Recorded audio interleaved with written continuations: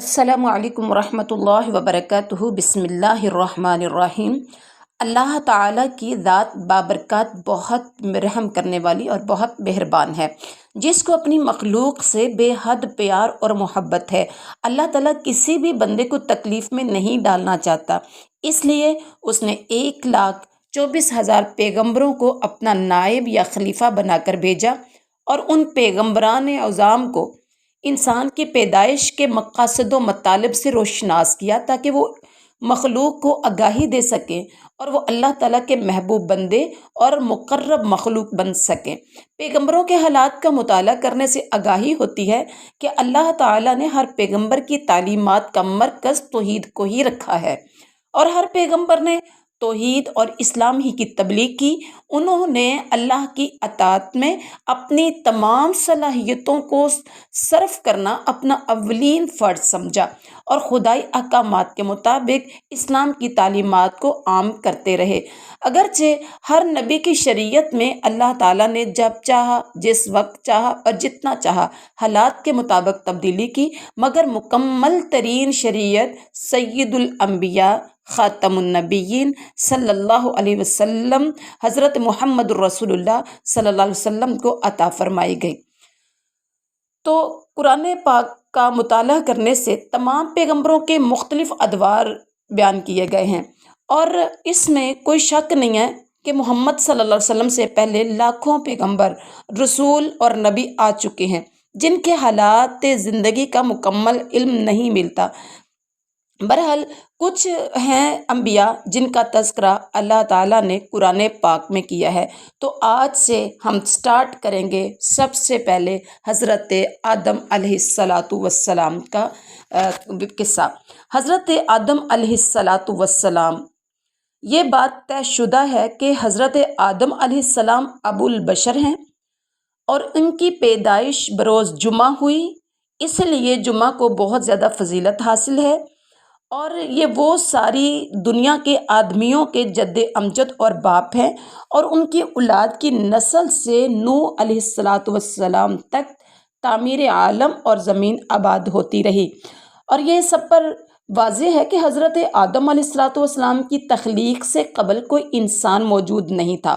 مگر زمین و آسمان، چاند ستارے، دریا، سمندر، پہاڑ، سبھی اشیاء موجود تھی، مگر ان چیزوں سے مستفید ہونے والی کوئی مخلوق نہ تھی، اور وسیع و عریض کرۂ ارض پر کہیں کوئی آبادی نہیں تھی، بلکہ ویران ہی ویران تھی یہ زمین۔ ان سب اشیاء کے ہونے اور ایک انسان کے نہ ہونے سے اس دنیا میں کوئی دلچسپی، کوئی خوبصورتی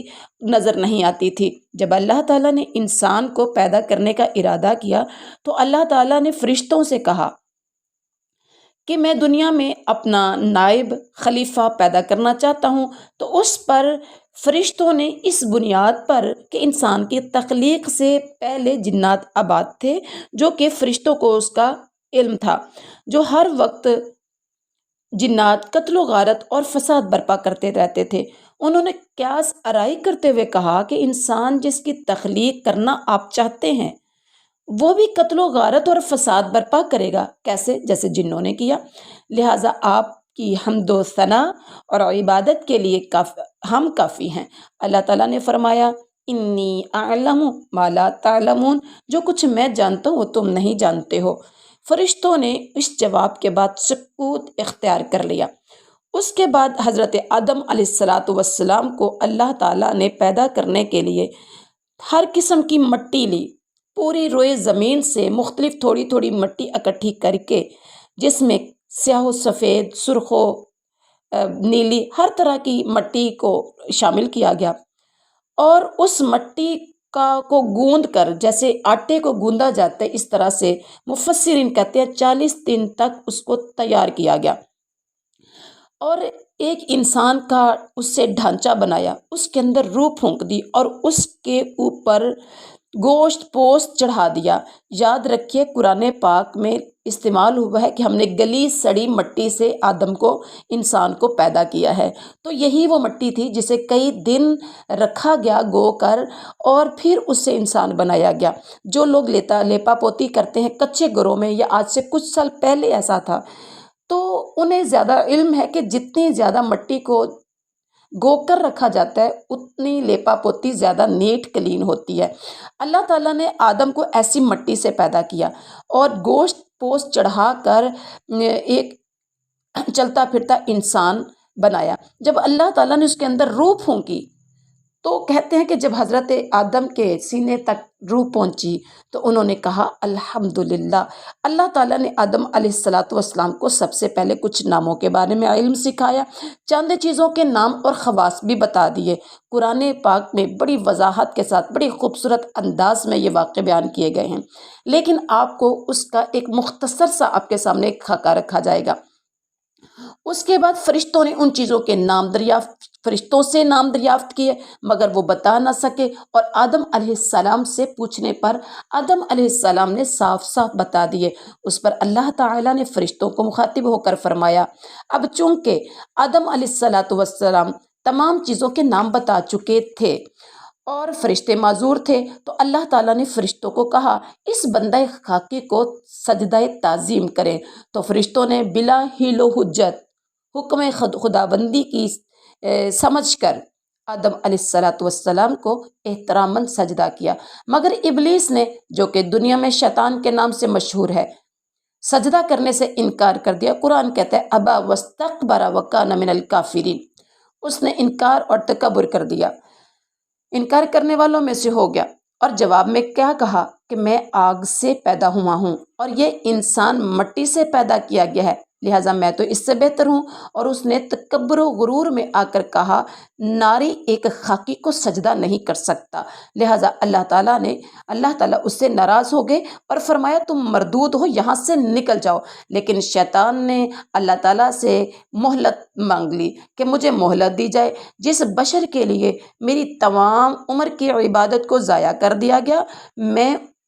اس کو اور اس کی اولاد کو ہر طریقے سے تیرے راستے سے گمراہ کروں گا، بہکاؤں گا، دائیں بائیں آگے پیچھے سے آؤں گا اور ان کو گمراہ کرنے کی کوشش کروں گا۔ اللہ تعالیٰ نے فرمایا جاؤ، جو تم کچھ کر سکتے ہو کر گزرو، جو لوگ میری عبادت یا پیروی کریں گے میں ان کو جنت میں داخل کروں گا، اور جو تیری پیروی کریں گے ان کو میں تیرے ساتھ جہنم میں ڈالوں گا، جو کہ بہت ہی برا ٹھکانہ ہے۔ لیکن تم یاد رکھو دنیا میں ایسے بندے بھی ہوں گے جو تیرے فریب میں نہیں آ سکیں گے اور اللہ تعالیٰ کی رسی کو مضبوطی سے تھامے رکھیں گے، یعنی وہ مکمل طور پر اللہ تعالیٰ کی بندگی اور عبادت کریں گے اور شیطان کے بہکاوے میں آئیں گے۔ ناظرین ذرا دیکھیے، آپ سوچئے، کیا ہم ان لوگوں میں سے ہیں جو شیطان کے جال میں پھنستے ہیں، یا ان لوگوں میں سے ہیں جو شیطان کے جال میں پھنستے نہیں بلکہ اللہ کی عبادت کی طرف آتے ہیں؟ بہرحال مکمل طور پر وہ اللہ کی بندگی اور عبادت اللہ کے بندے کریں گے، تو میں اللہ کہہ رہا ہے تو میں ایسے لوگوں کو جنت میں داخل کروں گا جہاں بہترین نعمتیں موجود ہوں گی اور جس کے نیچے مختلف قسم کی نہریں چل رہی ہوں گی، اور ایسی نعمتیں ہوں گی جو آج تک کسی آنکھ نے دیکھی نہیں، جو کسی کان نے سنی نہیں، کسی انسان کے دل پر اس کا کھٹکا بھی نہیں گزرا، خیال بھی نہیں آیا کہ وہ جنت کی نعمتیں ہوں گی کیسے۔ سبحان اللہ۔ تو معزز ناظرین، آدم علیہ السلام کو اللہ نے پیدا کیا، اور کہتے ہیں کہ حضرت آدم علیہ السلام کی جو ہائٹ قد تھا وہ 60 ہاتھ لمبا تھا، اور اللہ تعالیٰ نے حضرت آدم علیہ السلام کو اب جنت میں بسایا۔ حضرت آدم علیہ السلام اب تنہا رہ رہے تھے، اکیلے تھے، تو اللہ تعالیٰ نے ان کی تنہائی اور اداسی کو دور کرنے کے لیے اللہ تعالیٰ نے حضرت حوا کو ان کی بائیں پسلی سے پیدا کیا اور ان دونوں کو میاں بیوی کا درجہ قرار دیا۔ اب حضرت حوا کا معنی ہے کہ وہ زندہ سے پیدا کی گئی ہیں۔ حضرت حوا یہ ایک مؤنث ہے، ٹھیک ہے، اور یہ زندہ آدم سے پیدا کی گئی ہیں، اور ان دونوں میاں بیوی کو جنت میں رہنے کا حکم دیا۔ کہتے ہیں کہ جب حضرت آدم نے حوا کو اپنے پاس بیٹھے ہوئے پایا، یعنی سوئے تھے، تو سوئے میں اللہ تعالیٰ نے پسلی سے پیدا کیا اور پاس بٹھا دیا، آنکھ کھلی دیکھا تو ایک محترمہ بیٹھی ہے، اور اللہ تعالیٰ نے کہا اے آدم یہ تیری بیوی ہے۔ اللہ اکبر۔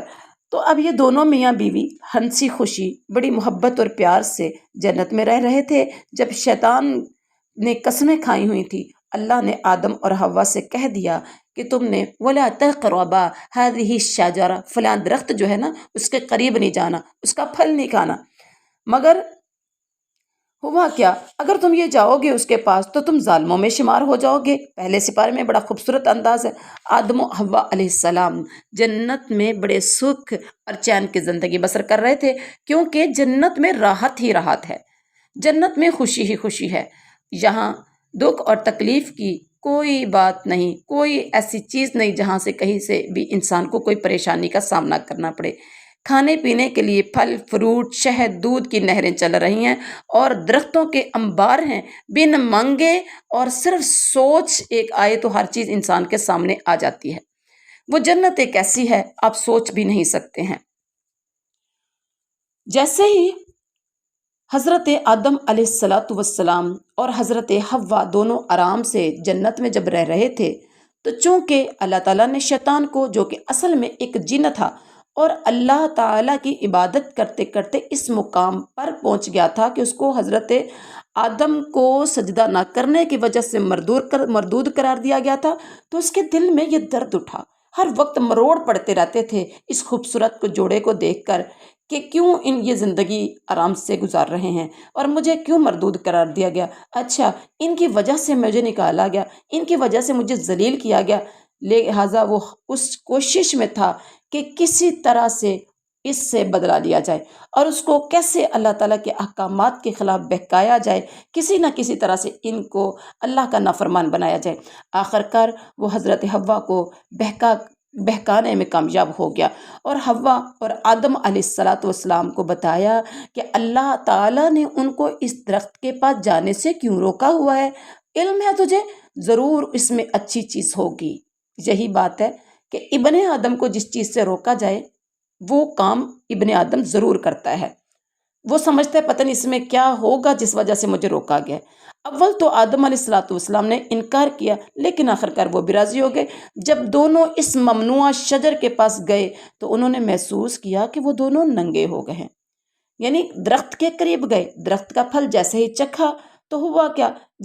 وہ ننگے ہو گئے اور پھر پریشان ہونے شروع ہو گئے۔ انسان ایک دوسرے کو ننگا دیکھ کر برداشت نہیں کر سکتا، بلکہ بہت انسان شرم محسوس کرتا ہے۔ تو شیطان کا اصل مقصد یہ تھا۔ اب کیا ہوا، اس شرمندگی کو بچانے کے لیے جلدی سے اپنے اوپر جنت کے بڑے بڑے پتے لپیٹنا شروع ہو گئے، اور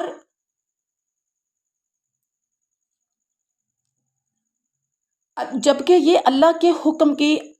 عدولی یعنی حکم عدولی کا نتیجہ تھا۔ اب شیطان خوش ہو رہا تھا، آدم و حوا نے اللہ تعالیٰ کی نافرمانی کر دی، اللہ تعالیٰ کی نافرمانی کر دی، اور